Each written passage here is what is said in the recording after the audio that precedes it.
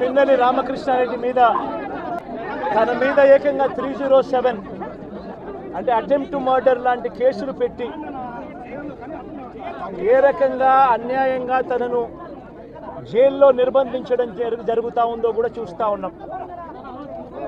ఈరోజు రాష్ట్ర వ్యాప్తంగా కూడా ఇదే కార్యక్రమాలు జరుగుతూ ఉన్నాయి.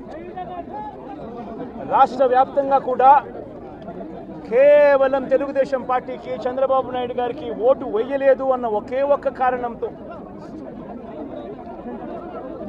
ఒక్క కారణంతో ఏకంగా ఆస్తులను ధ్వంసం చేస్తూ ఉన్నారు, దొంగ కేసులు పెడతా ఉన్నారు. వీళ్ళే కొడతారు, మళ్ళీ వీళ్ళే అటువైపున ఉన్న వారి మీద వాళ్ళు కొట్టారు అని చెప్పి కేసులు పెడతారు. ఇంతటి దారుణంగా ఈరోజు రాష్ట్రంలో పరిపాలన సాగిస్తూ ఉన్నారు.